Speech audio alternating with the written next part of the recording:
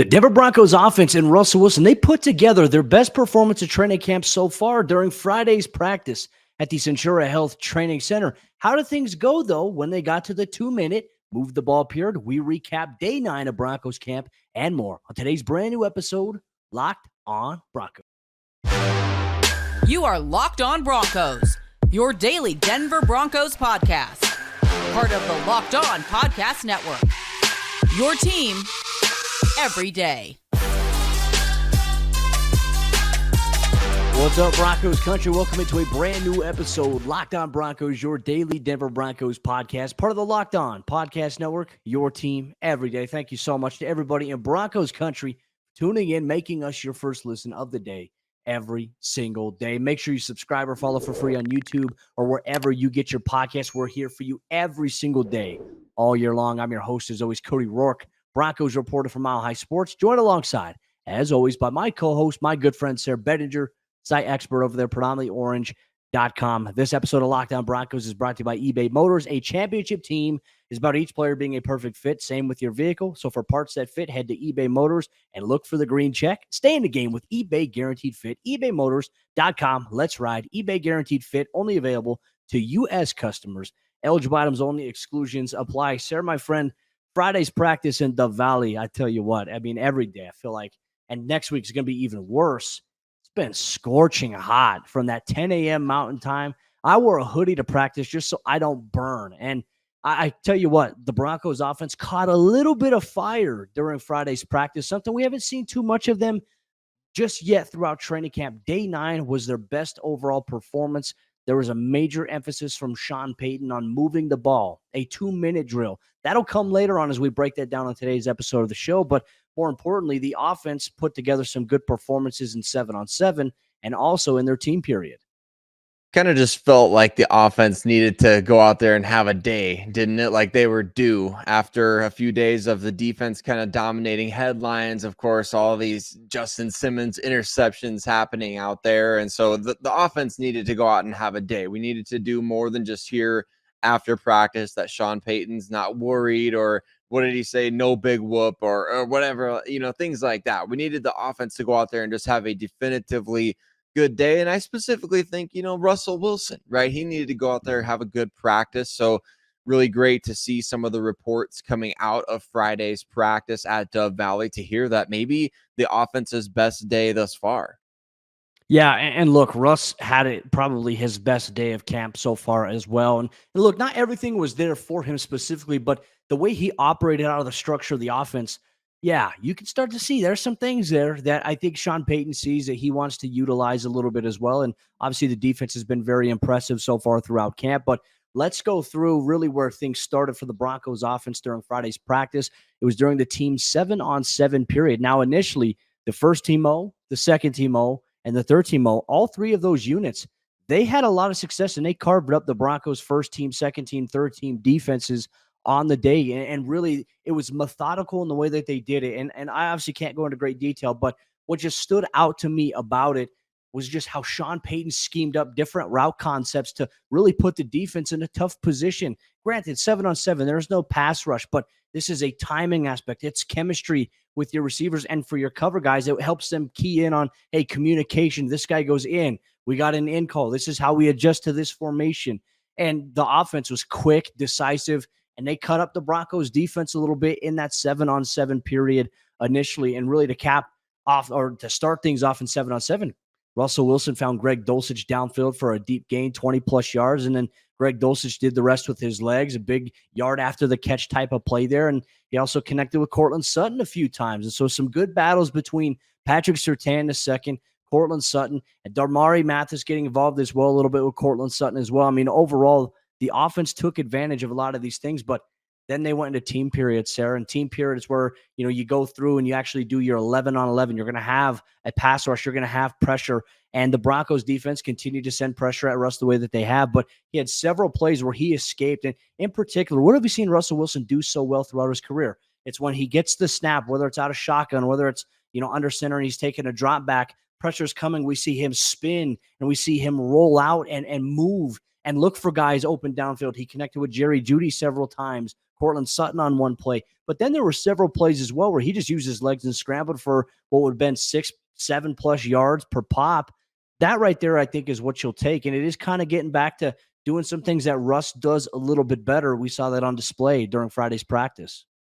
Yeah, Cody, is he not the third leading rusher all time? And somebody fact check me in the comments. I believe Russ is the third leading rusher all time for quarterbacks. So this is something that he's done exceptionally well over the course of his career, is running the football. We didn't see a ton of that last year. And yeah, I think a lot of that had to do with obviously the quad injury, or the variety of injuries, I guess, if you want to bring that up. Weight. And the fact that the weight, exactly. So there was a lot going on there, and it was really just an element of his game that it felt like it was missing. How many times did we see on Twitter, or were we screaming ourselves like, run, Russ, run the ball? Like, he had opportunities. He didn't always take them. I think the one that really stands out is, remember on Christmas Day against the LA Rams, when he had just a wide open field in front of him and he tried to force the ball downfield. I think it was to Courtland Sutton, and he ended up throwing an interception.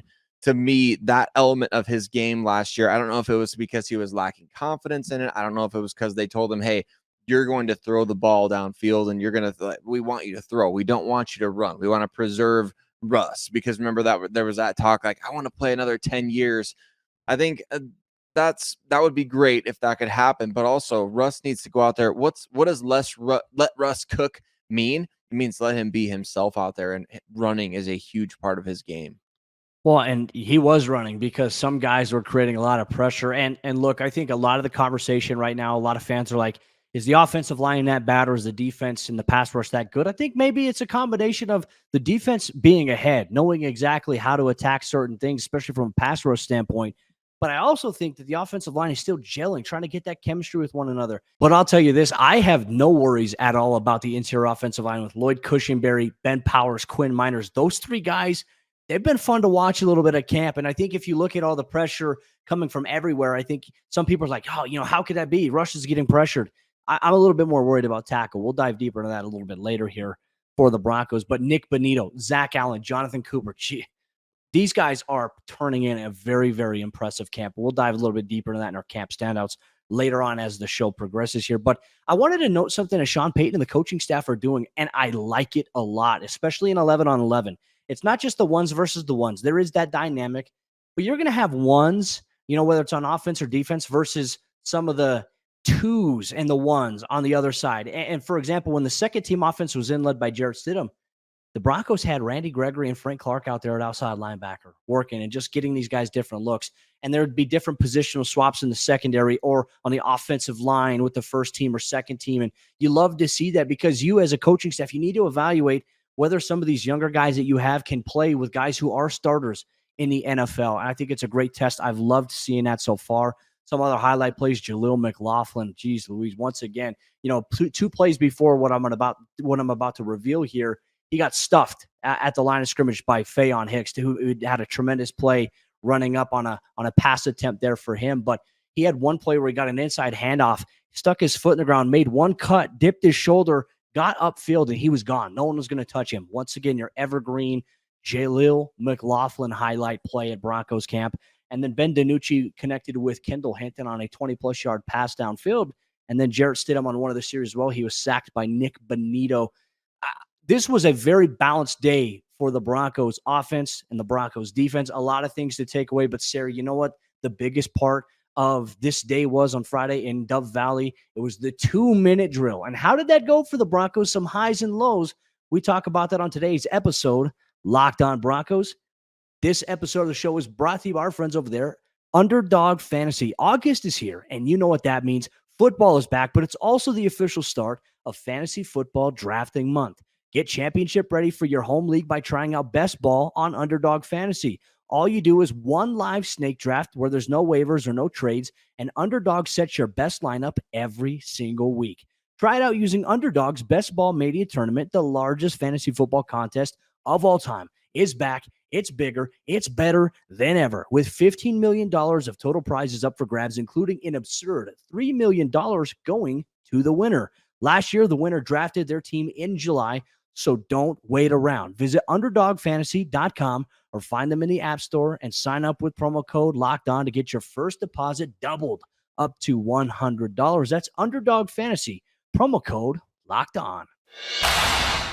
Situational football. How did the Denver Broncos do in their 2-minute drill practice? And what about move the ball situation? Could they get downfield for a touchdown? Could they get downfield and get Brett Maher in position to make a 50-plus yard field goal? Cody, I'm excited to talk about what went down at practice because obviously I think you can view these things one of two different ways, right? If the offense wins, if the defense wins, it's a win for the Broncos either way. But we're going to discuss it. We're going to unpack it, everything that you saw. Before we do, want to say a huge shout out to every single one of you that makes Locked On Broncos your first listen of the day, every single day, free and available anywhere and everywhere that you can get podcasts, as well as on YouTube, where you can watch Cody and I talk about Denver Broncos training camp every single day. And look, Cody is boots on the ground out there. You're getting firsthand information about everything that's going on at Dove Valley for every single practice. So this isn't just Monday through Friday. When the Broncos practice or they play a game, we're going to have an episode talking about what went down. So thank you so much for every single one of you that joins and listens through. You're going to get all the details here at Locked On Broncos and participate in the conversation. We love hearing from you in the comments section, especially all of you who are new to the show. Thank you for joining. Cody, what happened as the Broncos are practicing these situational drills? We know they've done red zone already in training camp, and they'll go back to that. Obviously, they just don't do everything every single day. Situational football has been big under Sean Payton. Today, Friday, it was 2-minute drill. What did you see out there? How did the offense look? How did the defense look for that matter? Who would you say maybe won this session? Yeah, this was what we were all excited for coming into Friday's practice initially. And of course, it's the most competitive period is saved for last there. And I would say when you look at maybe the expectation, right, considering, hey, the offense has had a pretty good day.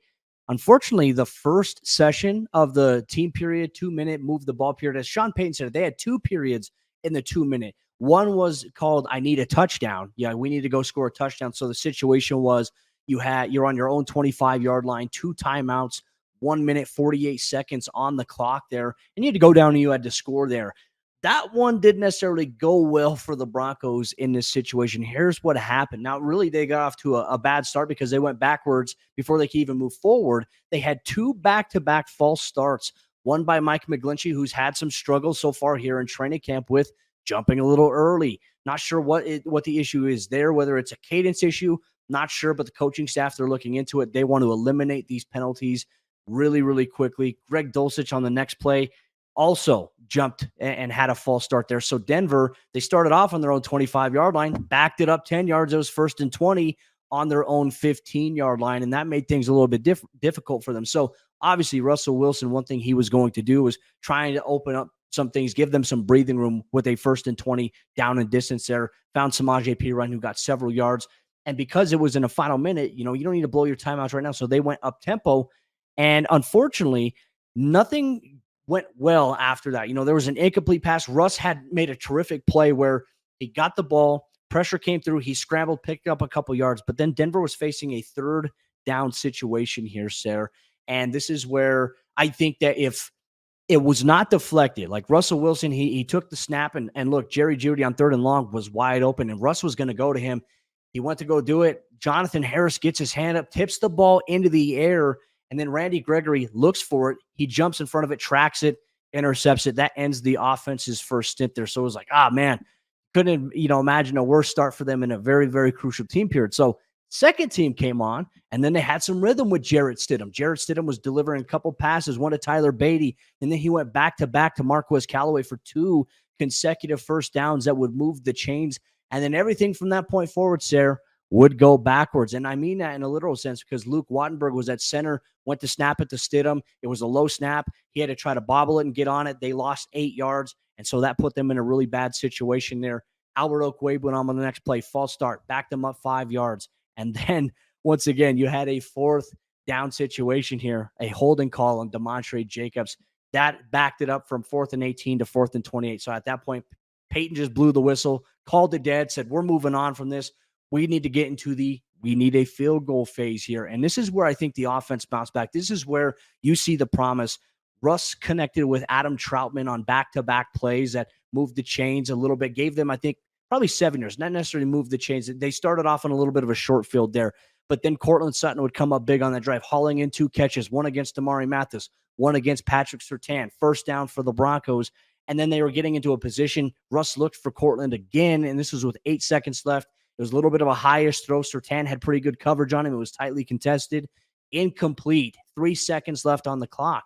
Brett Maher comes out, and he booted in a 52-yard field goal to end practice on the day. Offense tied it up 3-3. Obviously, ideally, you never want to end in a tie. But overall, I think considering where Denver started in that team period, they bounced back in a big way there. And it was nice to see Russ have confidence and guys step up in pass protection to give him some extra time to throw in that 2-minute drill. Yeah, and you love hearing that they bounce back after a rough start to that session as well. And also very interesting that Brett Maher got the kick there in that situation.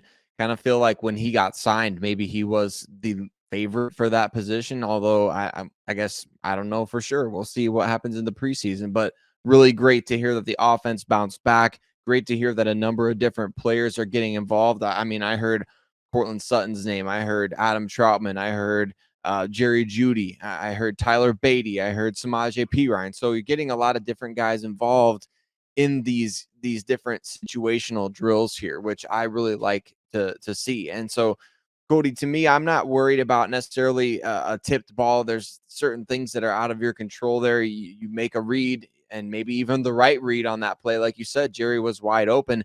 Sometimes stuff just happens. Sometimes the defense makes a play. And look, the Broncos defense in that situation, you would expect them to come up with a big play, right? If you're facing another team that's going down the field for a 2-minute drill, you want your defense to be capitalizing, especially if the offense puts itself in a bad situation. But right there, that's the one thing that may be the most concerning to me is, like you mentioned, all these different self-inflicted wounds. How many times have we talked on this show after games about the Broncos really shooting themselves in the foot during the game, during the course of a game, whether it's end of game situation, whether it's end of first half situation, whether it's, man, they finally got into the red zone one of these times and they blew it because they had false start penalty, holding penalty, illegal blocking downfield, or what have you. So these kinds of things are the things that you really, I can live with a tipped ball from Russell Wilson, right? I think we Yes. all, but false starts and holding and these different types of things, you can't have that stuff. And I know Sean Payton, I guarantee you in those meeting rooms, I'm sure you guys can hear him barking out there on the field. I bet you in the meeting rooms, it's way worse. Yeah, and look, I think the number one thing is Denver was either they ranked dead last or they're 29th in pre-snap penalties last season, and it hurt them. It hurt them so many times last year where first down, they're going backwards. You can't – in what world is that acceptable in any sport or any realm of football here? To me, I think that was a frustrating point. That's one area where Sean Payton is very articulate about the emphasis on, hey, we need to be efficient here. And there's even a thing too, because he was asked after practice whether or not, what do you do to rectify that? And he says, if there's penalties that keep happening at some point, you have to pull the player. Like you have to get rid of the issue if they keep doing it there. So I think that's something to keep an eye on here as we approach the first preseason game next week. But yeah, Sean Payton is on these guys, and the level of discipline, the level of focus he wants these guys to just lock in with, it's a breath of fresh air considering what we saw last year. And look, last year during this time, we were talking about Nathaniel Hackett. Hey, it's so refreshing to see a coach who's got this positive energy, this rah-rahness to him. But also at the same time, there was that fine line. We even asked the question here, if the Broncos are losing, how is that going to be received, right? So I think we all know how that experiment went for them. And seemingly these guys have responded to Peyton's coaching style, because he's not just like this stern, walks around with an iron fist. Like, he's tough on you, but he also has fun with you as well as a coach. And I think that's something that these guys ultimately respect. He's a guy with reputation. And so when he speaks, everybody knows exactly what he's talking about, and they're listening, and they want to do whatever they can to help the team win. So that's something to follow here for the Broncos as training camp continues. They'll be back on the field on Saturday. We'll have complete coverage here, Locked On Broncos, but we'll also talk about the first week of camp as it gets ready to wrap up on Saturday. Week 2 of camp begins on Monday ahead of their first preseason game. Who are some of the guys that stood out the most and were consistent? Sayre and myself, we'll dive deeper on today's episode, Locked On Broncos. Real quick, thank you so much for tuning in to Locked On Broncos, making us your first listen. But for your second listen of the day, make sure you go check out the Locked On NFL podcast, the local experts on the biggest stories around the National Football League, what's going on in various training camps around the league ahead of the first preseason week. Well, make sure you check out Locked On NFL to find out more. As the first week of Broncos camp gets ready to wrap up, who are some camp standouts so far through the first week, and maybe who has some eyes on them going into the first preseason action next Friday against the Arizona Cardinals? Thank you so much, Broncos country, for tuning in, making us your first listen of the day every single day on YouTube or wherever you get your podcast. Subscribe or follow for free so you never miss out on fresh, up-to-date daily Denver Broncos news, content coverage, analysis, and more. You get that every single day all year long. Sayre, let's open it up here as well. For training camp, I've sat out there. I've gotten really sunburned. For those folks that can see on YouTube that are watching, nice little suntan that I've got going on there. But for the most part, there have been a variety of players on offense. There's been a variety of players on the defensive side of the ball who have consistently flashed or stepped up. In your opinion, what's some of the buzz that you've kind of taken away in terms of players that you're like, hey, this guy consistently mentioned, this is my pick?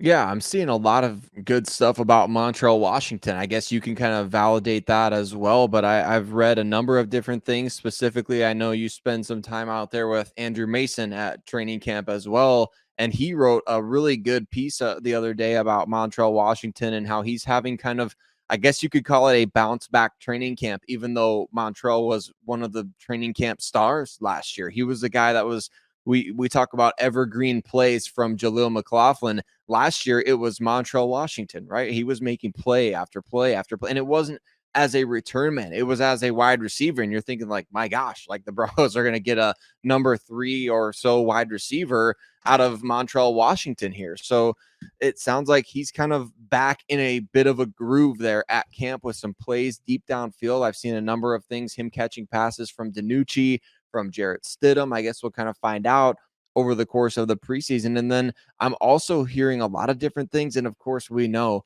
because we got to hear from the man himself. But it sounds to me like Caden Stearns is basically taking over Kareem Jackson's starting job. I mean, that's kind of the way I read into the way Kareem was talking to the media, the way Caden was talking to the media. Cody, of course, I'm not out there to see who's running with the ones. Sounds like Caden Stearns is going to be a starter this coming year. And I don't know how much you're actually able to share, but that's just those are the breadcrumbs that I'm picking up. Sounds like those two guys in particular on either side of the ball have really been standouts.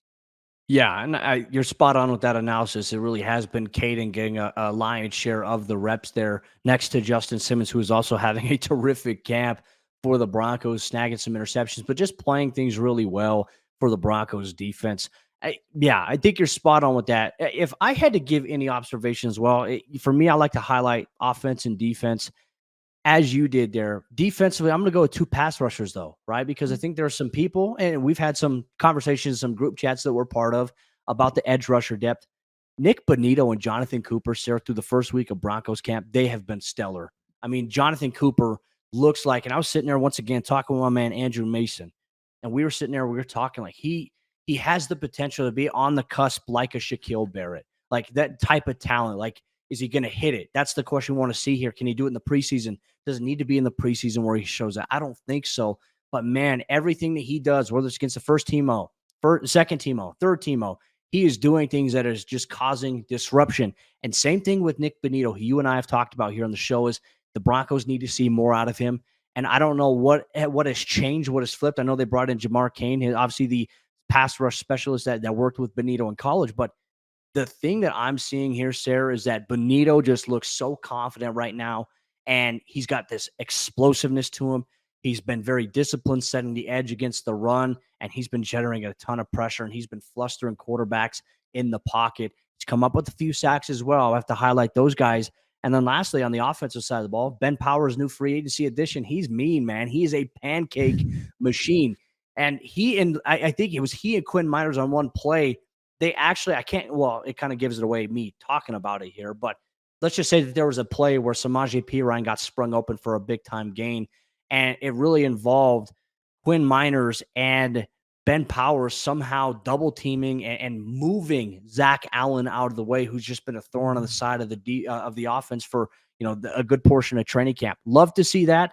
And then Courtland Sutton has had a terrific training camp, has emerged into Russell Wilson's number one target, his go-to guy here. And I think a lot of people here, they're like, what about Jerry Jeudy? Jerry hasn't had as many opportunities just yet. And even Sean Payton said the other day, he said, I feel like we've been moving him around too much between Z and F. He says, I want to keep him a little bit more at F now. So they're doing some things here to give Jerry more opportunity. But this is also the team learning how to adjust in life without Tim Patrick. Cody, I think that Broncos fans should be very, very excited about the development that Courtland Sutton has looked so good in training camp. And there's been very, very few videos that I've seen circulating, but I know our good friend Amir posted a video of a catch that Courtland made in practice.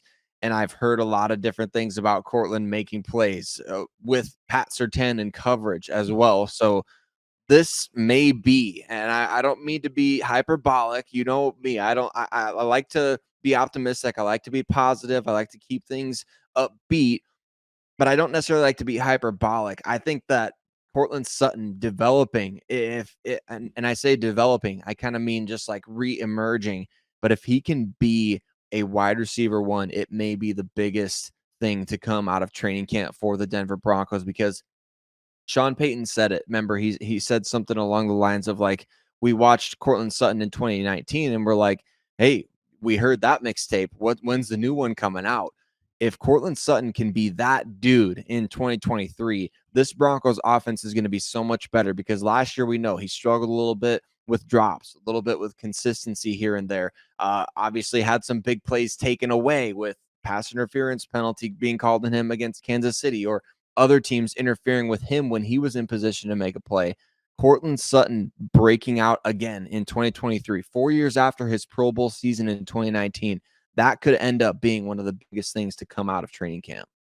And that's not a bad thing against Jerry Jeudy either. And I think Broncos fans need to hear that and process that, because you can look at good offenses. If you have one guy who's a legit wide receiver one, okay, that's awesome. But if you have another guy who emerges in a big role, can be a big target, it opens things up for other guys there as well. And I'll tell you, there's a lot of contributions from Brandon Johnson, Kendall Hinton, and some others, Marquez Callaway.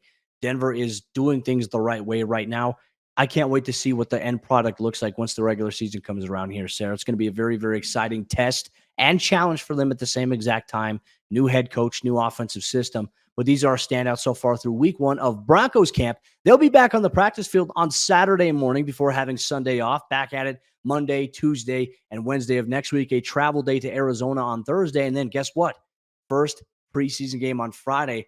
We're going to have you covered here, Locked On Broncos, every single day leading up to that, and all throughout the regular season, all throughout the offseason. That's our promise to you. That's exactly what you get here on Locked On Broncos. We'll see you tomorrow for a brand new episode of the show.